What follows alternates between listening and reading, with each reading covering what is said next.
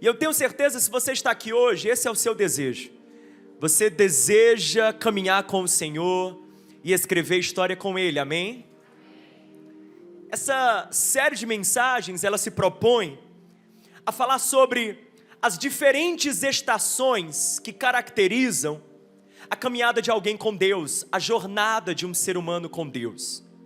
Porque a nossa jornada com Deus, ela não é retilínea, ela não é uma linha reta, tampouco uma linha reta ascendente. Ela na verdade é muitas vezes marcada por curvas, descidas velozes, subidas difíceis. Mas a boa notícia é que no meio dessa jornada com Deus, nós também desfrutamos de surpresas, de milagres, experiências extraordinárias. Eu creio que ao longo dessa série vamos ser conduzidos a essa conclusão: vale a pena fazer jornada com Deus. E o pano de fundo da nossa série será a biografia do profeta Elias. Nós vamos navegar pelos episódios que marcam a vida, a história, a jornada desse homem de Deus. Uma história que se encontra de 1 Reis capítulo 17 até 2 Reis capítulo 2. Uma história marcada por momentos de pico e momentos de vale. Mas em todo o tempo, Elias foi aprendendo, crescendo, amadurecendo e desfrutando da graça, do favor e do poder de Deus.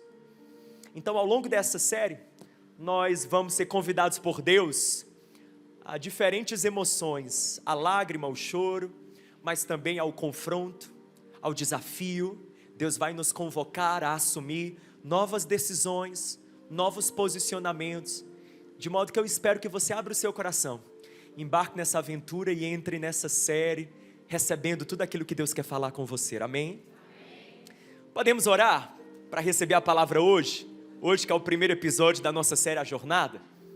Então vamos orar, ore aí, ore no seu lugar, faça uma oração simples, peça: Espírito Santo, fala comigo, só isso, fala comigo, coloca no meu coração uma palavra específica, que seja divisora de águas na minha vida, em nome de Jesus. Pai, eu quero te pedir, fala conosco nessa noite, visita-nos com a tua palavra, com o som da tua voz, a tua palavra que é viva, eficaz, poderosa, que nos capacita, nos equipa, nos transforma, a palavra da verdade, a palavra da vida, que ela nos encontre aqui, Senhor, que ela encontre espaço em nossos corações, e que o Senhor faça algo profundo em nós, aqui hoje, nesse lugar, em nome de Jesus. E se você crer, você pode dizer amém?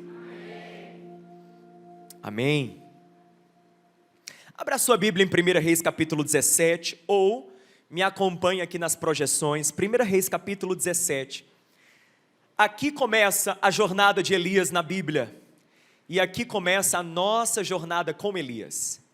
Essa é a primeira aparição do profeta Elias na narrativa bíblica, e a Bíblia diz: ora, Elias de Tisbe, em Gileade, disse a Acabe: juro pelo nome do Senhor, o Deus de Israel a quem sirvo, que não cairá orvalho nem chuva nos anos seguintes, exceto mediante a minha palavra. Antes de continuarmos aqui no texto bíblico, eu faço questão de um parênteses histórico, porque para entender o peso dessas palavras, é preciso compreender o contexto desse texto. Então vamos lá.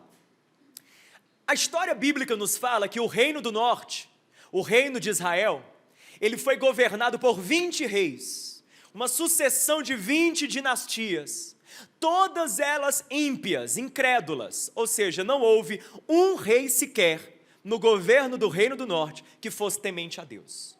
Todos os reis rejeitaram o Senhor, adoraram os ídolos. Mas aqui em 1 Reis 17, quem está no trono de Israel é o pior de todos esses 20 reis, é Acabe.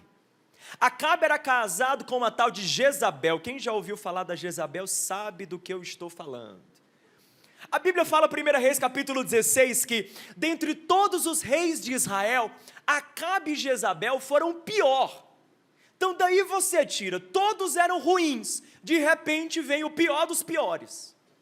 Essa é a cena, esse é o momento político em que aquela nação vive. A história bíblica nos fala que Acabe e Jezabel, como se não bastasse não adorar a Deus, adorar Baal, um ídolo, um falso Deus, eles ainda conduziram toda a nação para a idolatria, ou seja, pecaram e levaram o povo ao mesmo pecado. Então a nação foi declinando espiritualmente, afundando na idolatria, e aí aparece Elias. Elias entra em cena exatamente nesse momento, em que o rei que está governando é um rei ímpio, incrédulo, em que a nação está totalmente inundada, afogada na idolatria, esqueceu o Senhor, e aí entra Elias em cena, em 1 Reis, capítulo 17, verso 1, e a Bíblia fala, no texto que eu li com você, que o Elias, a primeira aparição dele já é no palácio do rei, ele vai até Acabe, olha a coragem dele, ele não envia um rapaz, um menino, de recado, não, ele vai direto para o rei, ele coloca o dedo na cara do rei, e ele diz, Acabe, Deus vai julgar o seu pecado e o pecado dessa nação, durante os próximos anos não choverá, nem orvalho sequer, nada, nenhuma gota cairá do céu, até que eu então fale, ou seja, até que eu ore e peça para Deus abrir os céus. Aí você precisa entender a importância da chuva para aquele contexto.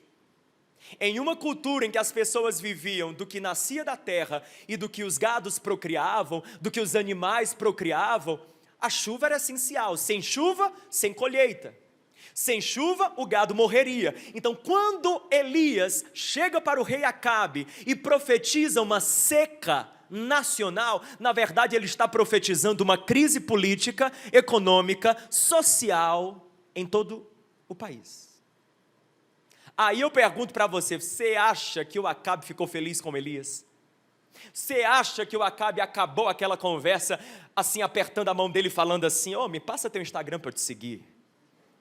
Você acha que o Acabe simpatizou com aquela figura e disse, gostei desse moço? De modo algum, provavelmente já começou a arquitetar um plano para eliminar o Elias, matar o Elias.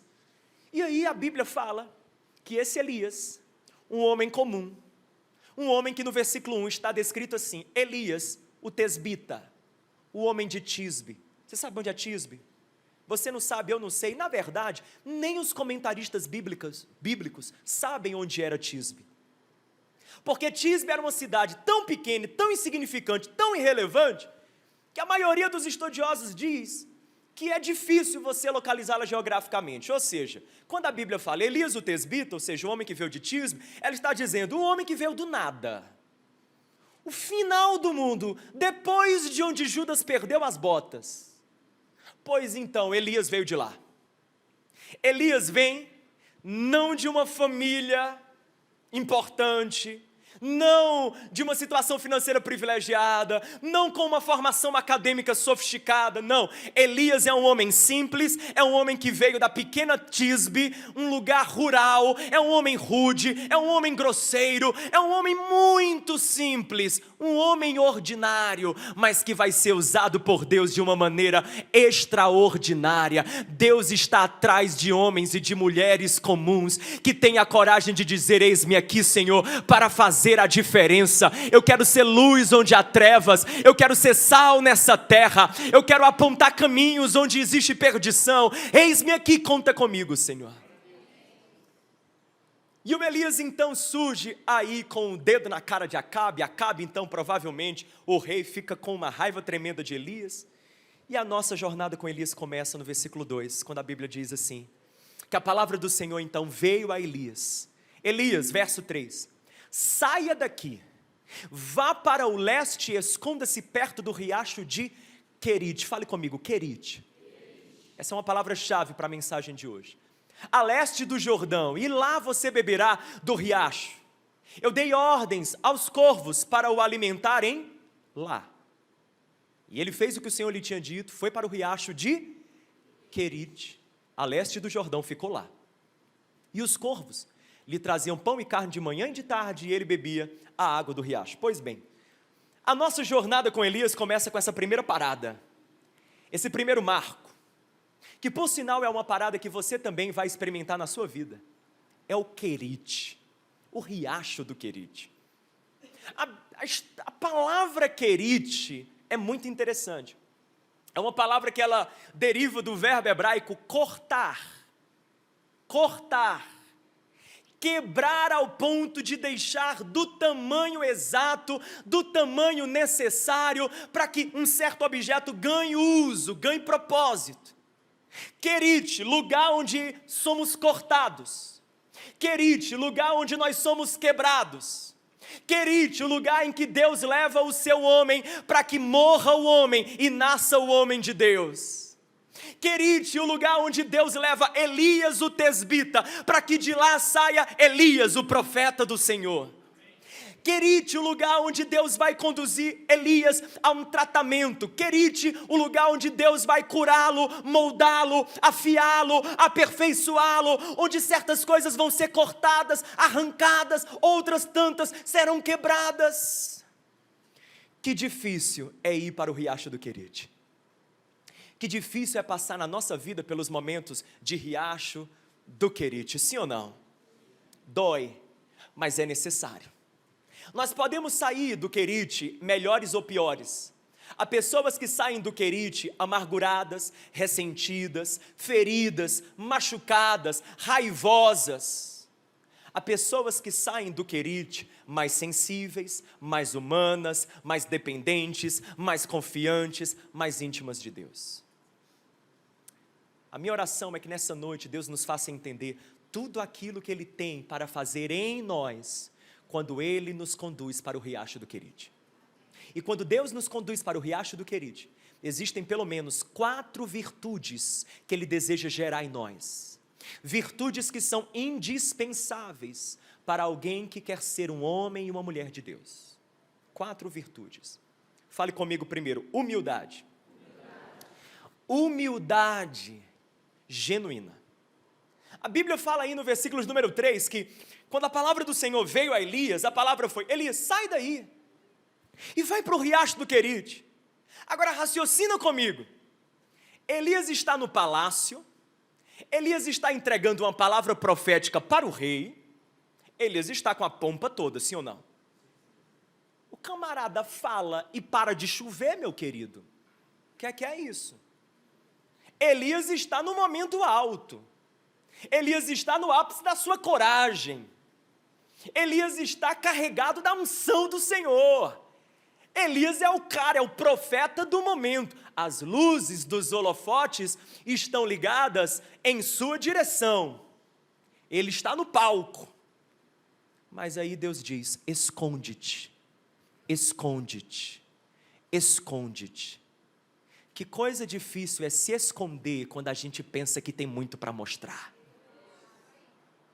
Que coisa difícil é quando Deus nos tira do palco e nos coloca para a simplicidade. Quando Deus nos tira do palácio e nos leva para o riacho. Quando Deus nos tira da visibilidade, da notoriedade de todos, do público e nos conduz para o secreto. Quando Deus nos esconde. O que Deus quer fazer na nossa vida quando Ele nos esconde? Ah, pastor, Deus faz isso, com certeza Ele faz. Você já passou por situações, quem sabe está hoje passando por situações em que você olhou e disse assim: Deus, eu estou passando por alguma coisa que não está legal. Eu tenho 3 estranhezas com o que eu estou passando. A primeira é: eu acho que o Senhor esqueceu de mim. Só me jogou aqui, parece que eu fiquei por aqui, só se esqueceu de mim. Que quando a gente vai para o Querite, a gente se sente um pouco esquecido por Deus. Olha o detalhe. Deus não disse para Elias quanto tempo o profeta ficaria no Querite. Ele diz: faz as malas e vai embora, vai para lá, fica no Querite. Quanto tempo, Senhor? Não vou falar. Tempo indeterminado. Vai com só um V, o V de vai, sem o V de volta. Você compreende? Lá está Elias vivendo dia após dia, esperando os corvos chegarem para alimentá-lo. Aquela vidinha pequena, medíocre, simplérrima. Não fui feito para isso. Eu sou um homem de Deus, eu sou um profeta de Deus, eu abro a boca, o céu fecha, que é isso? Eu sou o cara do momento, a unção está comigo, a mão de Deus é sobre mim. Não é possível. É possível.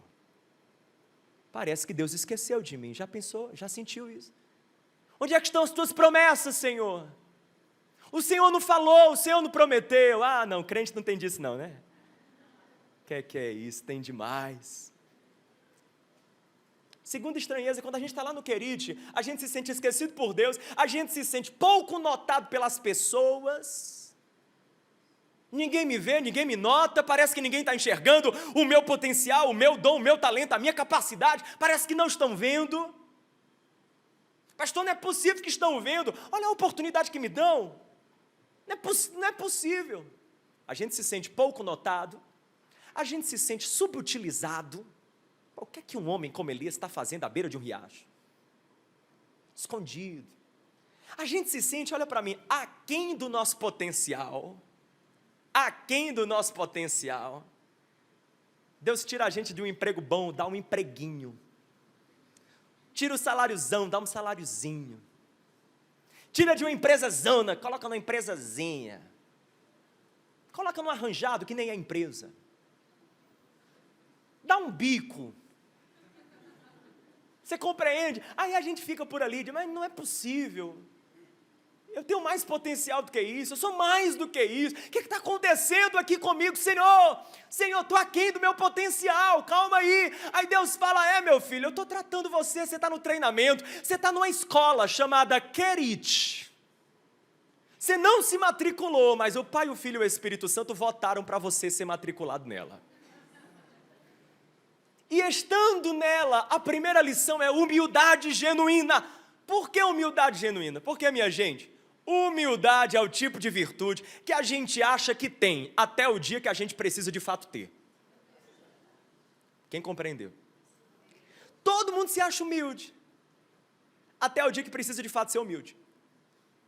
Porque o orgulho, que é a antítese, o oposto da humildade, o orgulho é um pecado muito silencioso. Aliás, eu nunca recebi uma pessoa no gabinete pastoral falando, pastor, meu problema é orgulho. Meu pecado é orgulho. Ore por mim porque eu sou orgulhoso. Não, nunca vi. O C.S. Lewis, ele diz que o orgulho é a galinha debaixo da qual todos os demais pecados são chocados. É verdade. O orgulho é a raiz de todos os males, de todos os demais erros. Porque o orgulhoso não reconhece o erro que tem, o pecado que tem, as faltas que tem. O orgulho é um câncer para a alma. A humildade é a raiz, portanto, de toda virtude. De modo que quando Deus quer tratar o nosso coração, a primeira coisa que Ele quer fazer surgir é a humildade. Porque sem humildade não dá para a gente andar com Deus, não dá para a gente caminhar nos planos de Deus. Porque a Bíblia diz que Deus resiste ao soberbo, mas Ele dá graça ao humilde. Ou seja, a graça de Deus só flui para a minha direção. Quando Deus olha e diz, tem humildade aí, então vai ter graça aí. Tem humildade aí, então vai ter favor meu aí. Tem humildade aí, então vai ter mão minha sobre a sua vida. Humildade genuína. A gente pensa que tem humildade até o dia que precisa de fato ter. E quando Deus nos acosta no Querite, vai cortando, não tem mais bolsa cara, foi cortando, não tem mais o namorado, cortou, não tem mais aquele benefício, cortou, vale alimentação caríssimo, cortou também, não tem mais, chega, não é mais coco bambu, é marmitex. E aí Deus vai cortando, e você diz, Senhor, o que é isso? Tu estás diminuindo, meu filho, eu estou diminuindo do lado de fora, para que você possa crescer, ser ampliado, esticado do lado de dentro. Você está no Querite, eu estou produzindo algo em você muito precioso. Humildade. A gente só cresce em humildade quando as luzes se apagam, quando não tem mais aplauso. Eu achava que eu era humilde, você sabe? Eu achava que eu era humildaço, nem sei se essa palavra existe. Eu pregava, minha gente, era um culto assim lotada, aquela coisa, eu fazia apelo, o povo vendo, uma coisa linda, aí Deus fala assim, vai lá, para Brasília, vai lá, para aquele subsolo daquele hotel, vou pregar para quem, Jesus? Vai pregar para as cadeiras. Você aprende a pregar para as cadeiras, porque quem não aprende a pregar para as cadeiras não tem coração para pegar para a gente. Deus vai trabalhando na gente, Deus vai curando a gente, Deus vai... Você está compreendendo? E o orgulho, gente, eu disse que é o câncer da alma, porque o orgulhoso é ressentido. O orgulhoso é ressentido com Deus, ele olha para Deus, faz cara feia e diz, Deus, eu merecia mais. É ressentido com as pessoas, ele olha para as pessoas e diz, vocês deviam me dar mais. Então o orgulhoso é ressentido, logo ele é infeliz. O orgulho está do lado da infelicidade. A humildade não, é amiga, é irmã da felicidade, porque o humilde é bem resolvido, o humilde é contente, ele não é conformado, ele é contente, é outra coisa, mas aí é assunto para outro sermão. O humilde é contente, o humilde é grato, o humilde... Sabe o que é humildade? Eu vou dar uma definição para você. Humildade é a virtude de você olhar para você mesmo e se enxergar como um filho amado de Deus, como um ser humano, e um ser humano tão amado por Deus que nada do que eu tenho ou venho a ter, e nada do que eu sei ou venha a saber consegue acrescentar 1 centímetro sequer ao meu valor. Isso é humildade. Quando a humildade ela é genuína, ela está em mim, no meu coração, isso significa que eu consigo ter as coisas sem ser definido pelas coisas.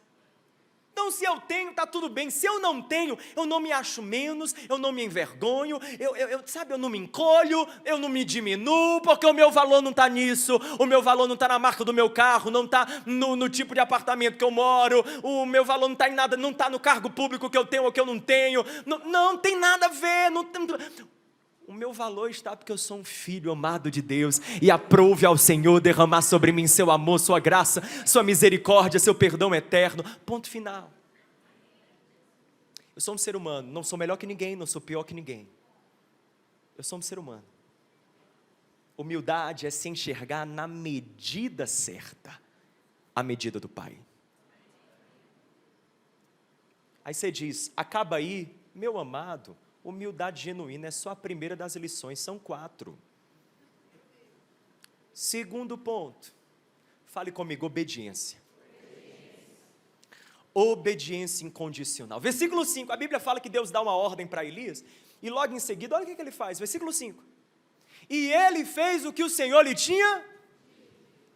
Ele não argumentou com Deus, ele não bateu boca com Deus, ele não disse, Deus, eu tenho um plano melhor. Ele não fez como Jonas, que fugiu.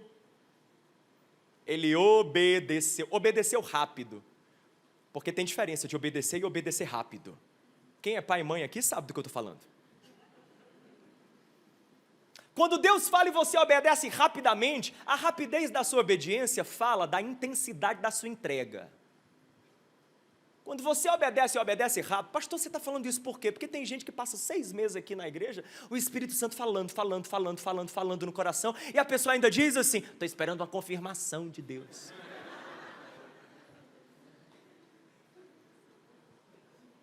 Meu Pai eterno, olha isso, obediência incondicional. O Elias estava lá, você acha que foi fácil para o Elias obedecer a Deus? Não foi. Olha os empecilhos, pensa comigo. Primeiro, o que Deus falou não fazia sentido. Deus disse, Elias, vai lá, te esconde. E lá onde você vai ficar escondido, os corvos te alimentarão. Você já viu corvo ser iFood? Corvo não faz delivery de comida. Minha gente, não fazia sentido, não fazia o mínimo sentido. Por sinal, não tinha nem precedente na história bíblica sobre essa de corvos virem alimentar alguém. Então o Elias, ele está aqui obedecendo mesmo não fazendo sentido. O Elias está obedecendo aqui mesmo a obediência envolvendo renúncia, sacrifício, sair de onde ele estava, refugiar-se, esconder-se, ficar sozinho, sem ninguém, sem apoio, sem ajuda. Pensa comigo, outra coisa, corvo, abutre, come coisa morta, é ou não? Carniça. Se o corvo come coisa morta, ele ia trazer o que para o Elias? Olha o cardápio do profeta no Riacho do Querite. Rato à milanesa. Eu não sei se Elias pensou, eu teria pensado nisso. Eu teria pensado, por exemplo, sabe em quê? Naquilo que a lei de Moisés falava, que os corvos eram animais impuros. Estão na lista de aves impuras. E se eu sou um profeta, um homem de Deus, eu não posso tocar em algo que veio de um animal que é impuro. Você está compreendendo? Eu pensaria isso. A minha tradição religiosa talvez falasse mais alto. Mas Elias joga tudo de lado e ele diz: eu vou obedecer, mesmo sem fazer sentido, mesmo envolvendo renúncia, mesmo envolvendo sacrifício, mesmo eu tendo que arquivar planos, mudar agendas, refazer caminhos, eu vou fazer. Por quê? Por um motivo só, porque é Deus que está falando. E isso é que é a obediência incondicional. A obediência incondicional é quando você diz: Deus, eu vou obedecer, não importa o que envolva essa obediência. Não existe um se na minha obediência. Eu não te obedeço se for do meu agrado, se eu achar legal, se eu achar conveniente, se for confortável, se não houver um preço a ser pago, se eu não tiver que contrariar as opiniões alheias, se eu não tiver que romper com a aprovação dos amigos. Não, Senhor, eu vou te obedecer. Não tem se, não tem cláusula condicional. Eu vou te obedecer porque na minha vida eu sou o servo, tu és o Senhor, eu sou a criatura, tu és o Criador. Eu já não vivo mais, Cristo Jesus vive em mim, e a vida que agora eu vivo na fé no Filho de Deus que por mim morreu e se entregou. Obediência incondicional. Agora eu tenho também aqui um bônus, que a palavra de Deus é muito linda, se completa. Para toda obediência existe uma promessa divina.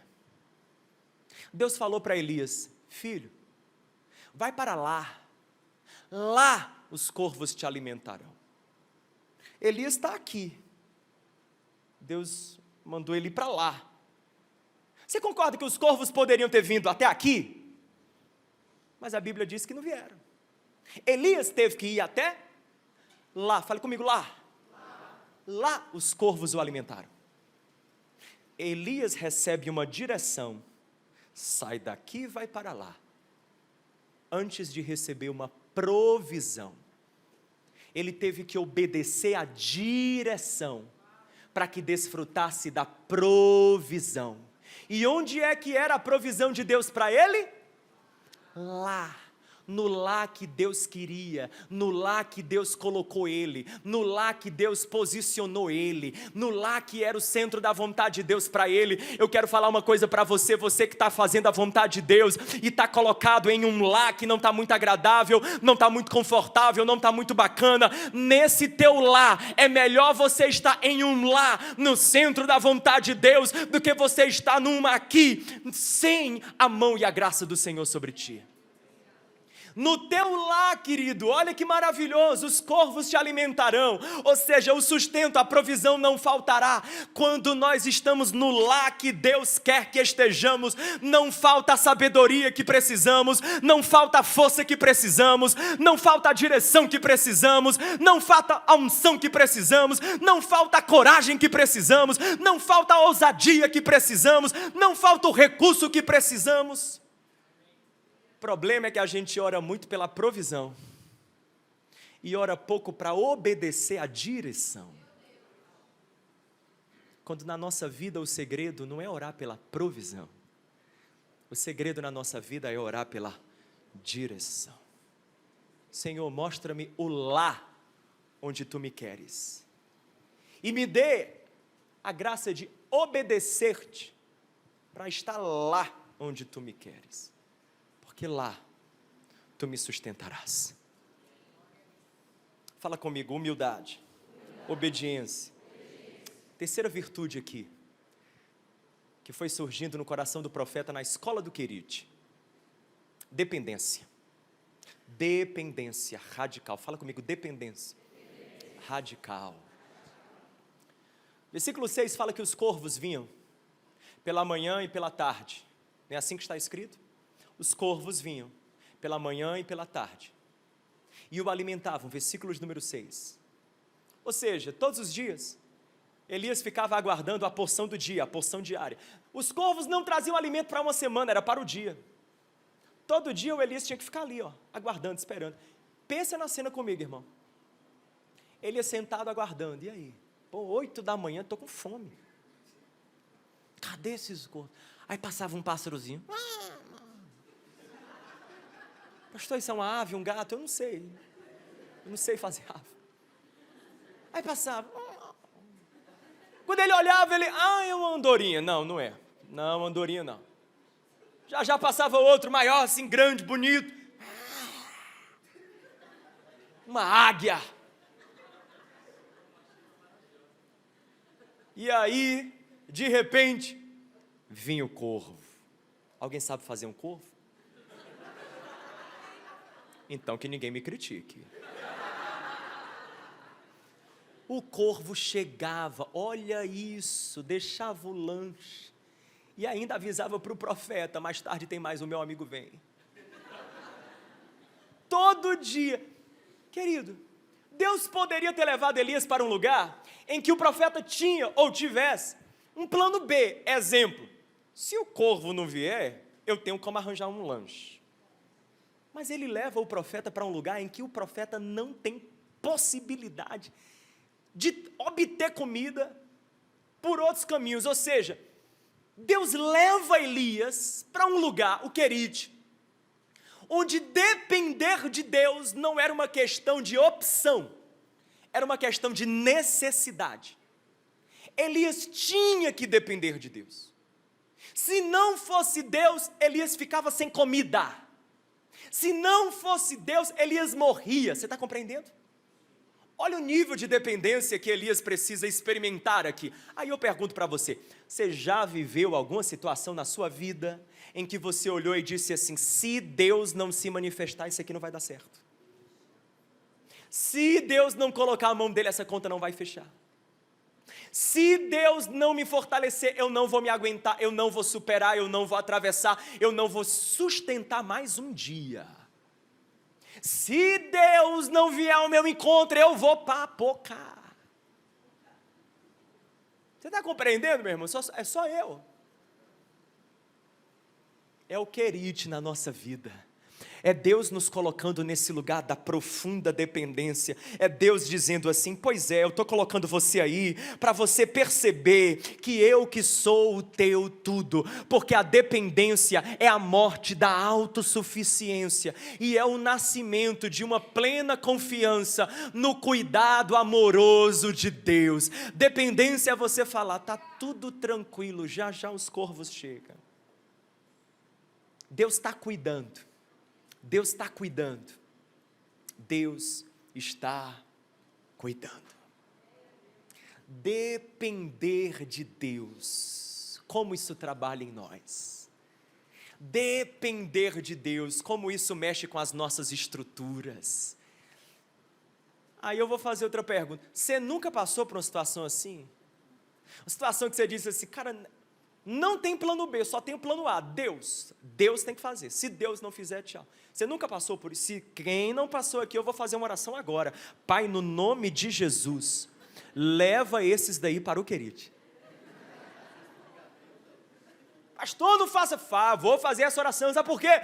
Porque ao mesmo tempo em que o Querite é desafiador e que depender de Deus é difícil, sim, mas ao mesmo tempo depender de Deus é quando nós temos as mais profundas experiências com a providência de Deus, com o amor de Deus, com o cuidado de Deus. Eu agradeço a Deus todas as vezes que Ele me colocou em situações que eu olhei e disse, Deus, eu sozinho não dou conta, o que eu sei não dá conta, o que eu tenho não dá conta, o que eu consigo não dá conta, e eu te agradeço, Senhor, porque Tu me colocaste nesta posição para eu perceber que Tu ainda és um Deus vivo, Tu és um Deus real, Tu és o Senhor do universo, Tu governas sobre tudo e não deixa ninguém na mão quando esse alguém confia em Ti. Aleluia. Dependência. Deus quer gerar isso em nós. Aí você fala, acabou não, mais uma coisa. Fala comigo. Humildade. Obediência. Dependência. Quarto, confiança inabalável. Versículo 7, a Bíblia diz, olha o que a Bíblia fala. Passado um tempo, quero que você leia comigo esse texto. Algum tempo depois, fale assim, o riacho secou. Aí deu ruim. O riacho era a única fonte de água, de provisão hídrica para o profeta. Riacho seco, não tem mais água. Eu penso em Elias, observando o nível do riacho, descendo, de repente, isso aí não vai dar certo, Senhor. Olha o riacho, está secando, até que chegou o dia em que não havia mais água, só lama, riacho seco. Aí eu te pergunto, Elias estava ou não estava no centro da vontade de Deus? Ele não estava no lá em que Deus queria ele? Por que o riacho secou?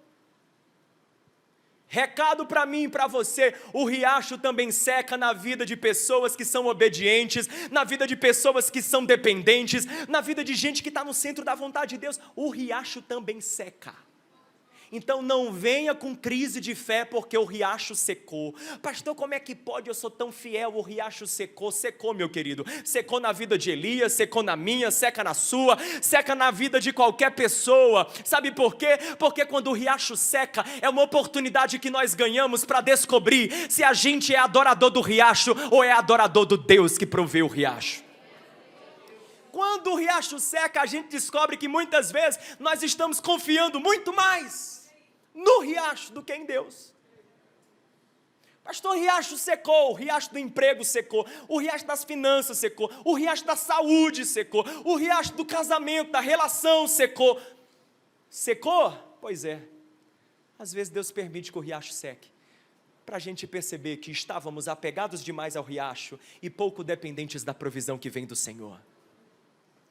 Às vezes os riachos vão ganhando essa conotação na nossa vida, vão ganhando um peso de Deus, parece o nosso Deus. Não me vejo sem. Você toma cuidado com tudo que você diz, não me vejo sem. Porque se daqui a um tempo depois, logo em seguida, você ora e diz, Senhor, faça em mim a tua vontade, aí é uma combinação explosiva. Nitroglicerina e riscou o fósforo. Não me vejo sem isso. Aí depois a sua oração, Pai, faz em mim o teu querer. Vai secar o riacho. Vai secar o riacho. Vai secar o riacho. Para descobrir que a gente vive com riacho seco, com riacho cheio, com riacho pela metade, sem riacho, com uma poça d'água, a gente vive de qualquer jeito, mas sem Deus é que a gente não vive. Ele é o nosso tudo, Ele é o nosso sustento, Ele é o nosso amparo, Ele é o nosso abrigo, Ele é o nosso fundamento, Ele é o nosso alicerce, Ele é o centro de tudo que somos, é a razão da nossa vida, é o propósito do nosso ser, é o Senhor. Sem Ele é que eu não vivo. Sem Ele é que eu não vivo. Com Ele. Riacho seco não é fim, é pausa. Com Ele, riacho seco não é fim, é só uma vírgula, é só um momento. E é fato, é isso que acontece na vida do profeta. Versículo 8, a palavra do Senhor veio a Elias, verso 9, Elias, vai para a cidade de Sarepta, lá, olha que Deus tem um negócio com lá, uma viúva vai te alimentar. Deus trocou o canal de provisão, não é mais o riacho, é a viúva. Ele vai ser alimentado por uma viúva, você está entendendo? O riacho secou, mas não é o fim, foi uma porta fechada, Deus abriu outra porta. Querido, às vezes a única maneira de Deus nos tirar de onde nós estamos, confortáveis, acomodados, é fazendo o riacho secar. E quando Ele seca, Ele nos leva para um outro nível, para um outro patamar, Ele nos conduz a um novo local. Às vezes riacho seco, querido, na sua vida é sinônimo de transição, não é fim, é sinônimo de transição. É Deus mudando o capítulo, é Deus mudando o kairos, é Deus mudando o tempo, é Deus mudando as conexões, é Deus mudando as associações, é Deus chamando você para novas ideias, para novos projetos, para novas artes. Quem está entendendo o que eu estou falando aqui? Secou o riacho, ele foi para Sarepta. Chegou lá, tinha uma viúva. Mas tinha um problema. A viúva foi designada por Deus para alimentar o profeta, sim ou não? Mas a viúva era pobre.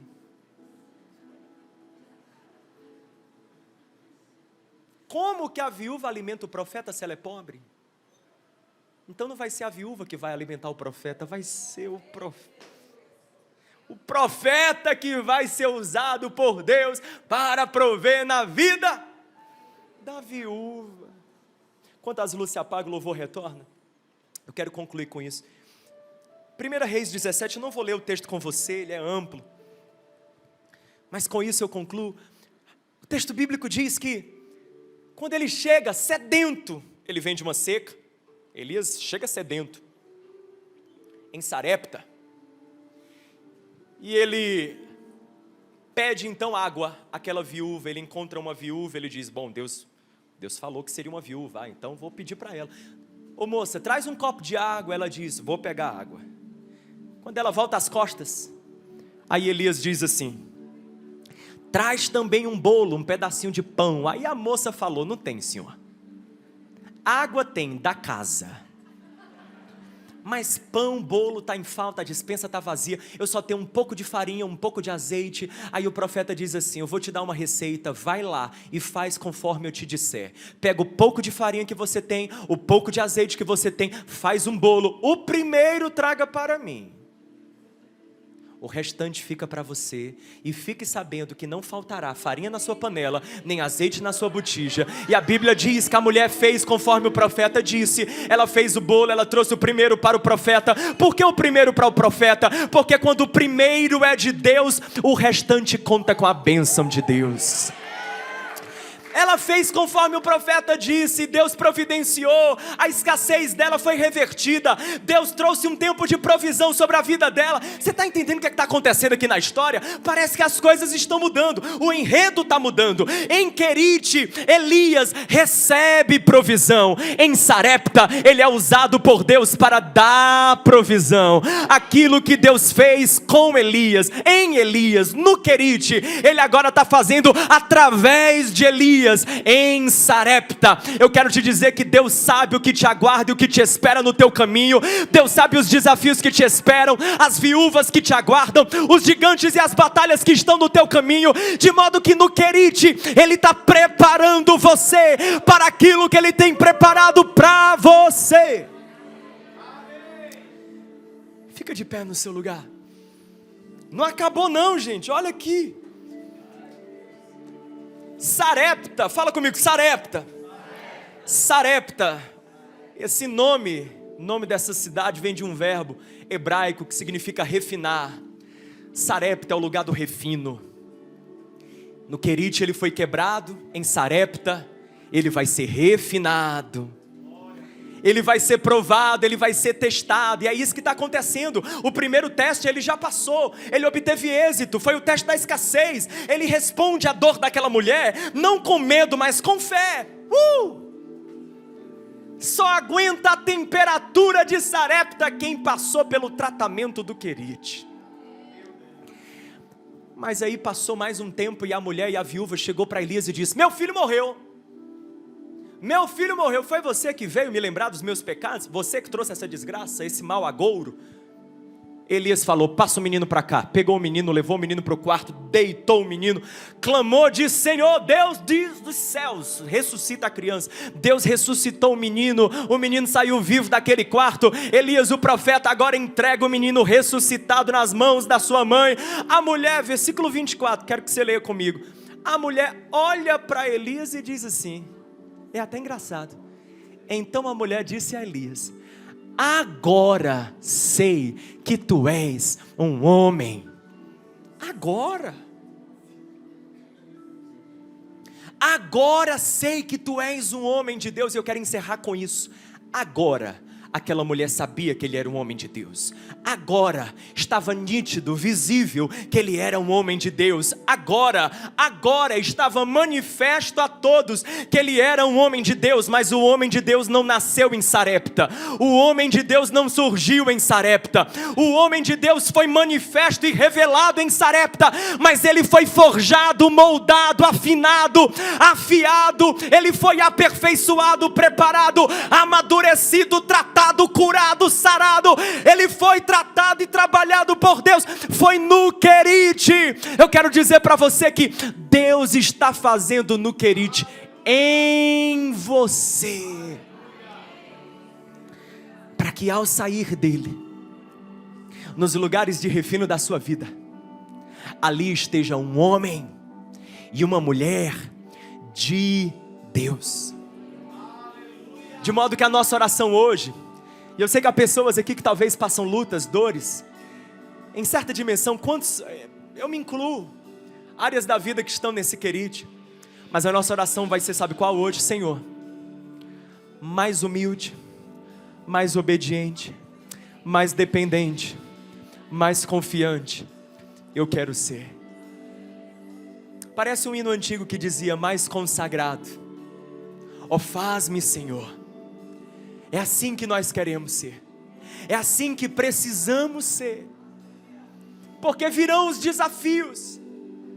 Ele está preparando você.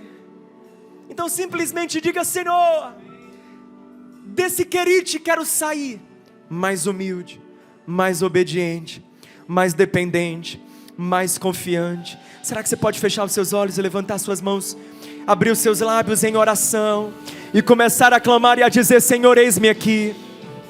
Completa em mim a tua obra, Senhor. Completa em mim a tua obra, Senhor.